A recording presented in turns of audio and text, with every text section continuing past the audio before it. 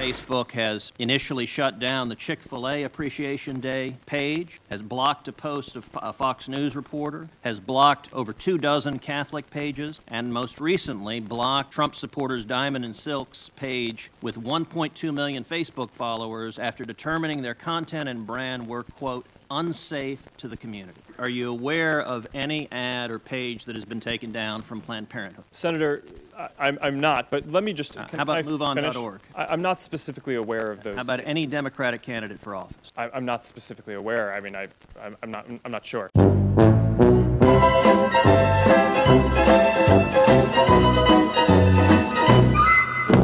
And what we just saw there was, of course, Senator Ted Cruz grilling Mark Zuckerberg at the hearing this week. It's pretty impressive, really rapid-fire stuff. I was really glad Senator Cruz brought the heat because I've given him so much of my money and he didn't even become president for my troubles. So that was nice. But the reason we're watching that is because it is time for our weekly political discussion with Catholic Vote Political Director Josh Mercer, who joins us right now. How are you, Josh? Hey, good to be with you, Stephen. So, can you make some sense of this hearing? Because it's pretty confusing and hard to follow what exactly is at stake here with Mark Zuckerberg. Well, right. Well, there's a few things that are going on. I mean, the number one reason why Facebook is being grilled right now before all the senators is because there's this massive data breach, and millions upon millions of Facebook users had their private data shared improperly with all these other tech companies. And so the concern here is like, wait a minute now, if I'm using Facebook, this platform, is my private data being shared with all these corporations? So that's the reason why he's brought before the Senate this week. But Here's the thing.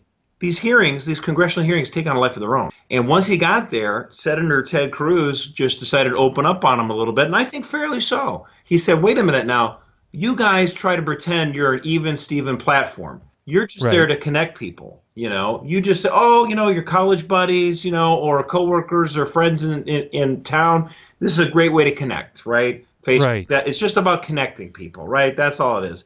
Well, not exactly. What you're seeing is that they're tilting the scales a little bit. We just had a situation last week where Franciscan University of Steubenville had their Facebook ad removed because it was considered violent. Well, it was a picture of our crucified Lord and Savior Jesus Christ, you know. They're not wrong.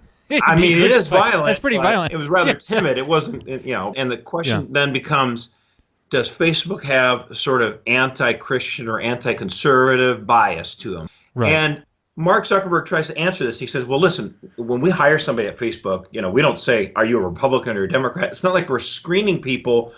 And I think he's probably right about that. But the problem is, you know, if you're hiring people in Silicon Valley, the whole culture there is practically 99% liberal. So everyone you're going to be hiring is going to be of the same mindset. And so what happens then, a Planned Parenthood ad comes up talking about, you know, how abortion's great. Well, that just gets approved past, no problem. But then you see something that's a little bit conservative or Christian or whatever, and it raises alarm bells. You know, some low-level staffer might delete it or, you know, say it's too violent or something like that. Yeah, it's super disturbing to me, though, because a lot of the people, the low-level staffers you're talking about, you were mentioning, you know, they might have viewpoint discrimination just on an individual-by-individual basis, and they're the people in charge of censorship. Some of this is manual work, right? Right. And what really bothers me is that this rising generation of leftists who get into Silicon Valley and get these kinds of jobs, to them, they don't even think of it as bias. They honestly think of many conservative views as totally beyond the pale evil.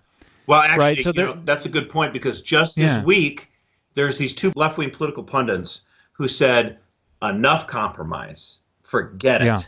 The future for America is California. Democrats in Washington and across the country should stop trying to work in any way with the other side. No compromise at all with Republicans. Just outlast them and destroy them. One-party rule. That's basically what these guys were getting at. Yeah. And this article, it sounds fringe, right? It sounds crazy, right? It was shared by Twitter CEO Jack Dorsey. Right. So this is a guy who created this platform where, you know, there's millions upon millions of people. And in fact, even though more people are on Facebook than Twitter, Twitter has a lot more of, it controls a little bit more of the conversation than Facebook does. And it's very troubling to see the CEO of a major tech company basically say, why should we compromise at all with the other side, conservatives or whatever? Forget them, past them, destroy them, basically. Yeah, and you know what? I think that's established. Another person pointed out something rather important, which was that at the very beginning of Zuckerberg's hearing, one of the first things he mentioned was the anti-NRA March for Our Lives. And he mentioned it boldly, hey, I was instrumental in bringing the public's attention to the March for Our Lives, which is a partisan movement, right? So I think that we're way beyond wondering whether the people who run these social media giants do have a leftward bent. Right. They do. No duh. But the question is, what now, and I'm wondering how this relates to the hearing, the question later becomes like, what can we really do about it? Is it really, it's not illegal for them to be leftists and to run a big company, right? So what exactly are we going to do about it? And can we do anything about it? And might we be, I'm almost worried, like, are conservatives, for example, hampered by an ideological devotion to the right to free speech and to free markets and so forth that actually might make us lose this arm wrestling match? Well, that's one of the things that, free market types tend to be very, they support the wonderful free enterprise system. And I think there's a little bit of a blind spot there because they forget that, the idea behind a free market is you have two different people, the seller and the buyer, that come together and they have a mutual understanding. It's good for me, it's good for you.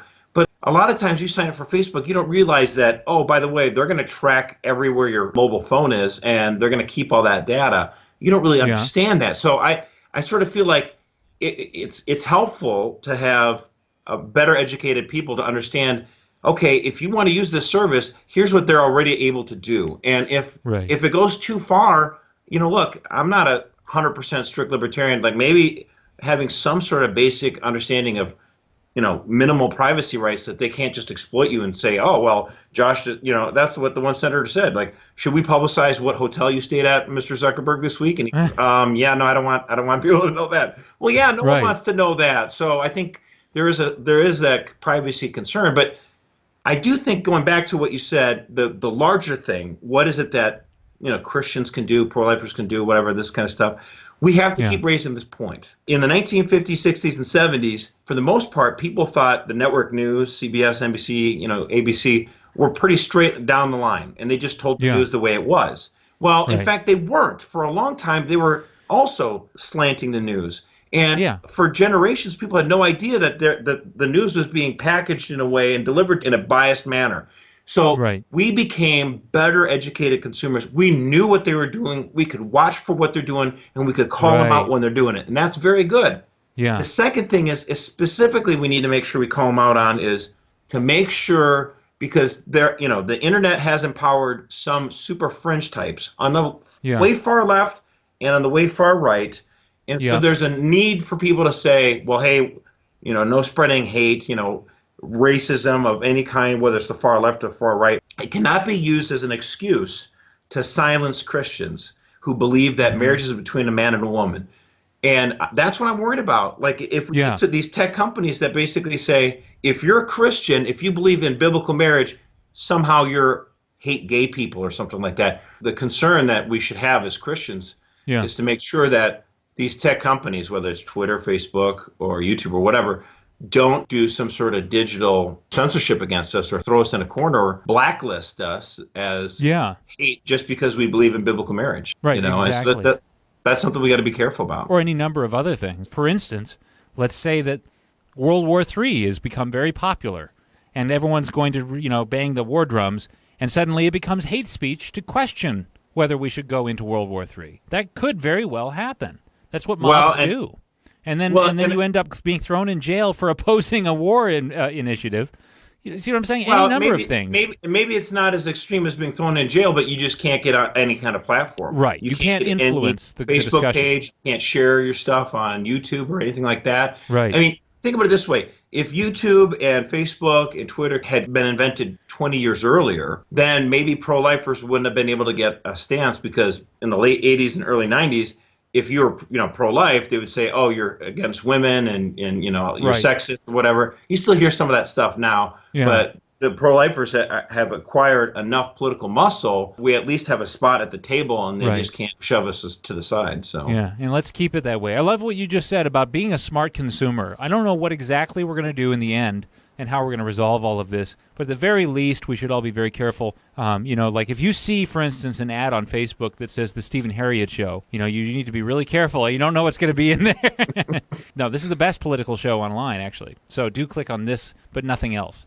Especially not Steven Crowder. So, no, I'm just kidding. But anyway, thank you for this great discussion, Josh. You really make sense of it. I don't know how you keep tracks of these things, but thank you for doing that for us. And also, you are the editor of a very important email called The Loop that will keep us informed about this sort of thing. Am I right?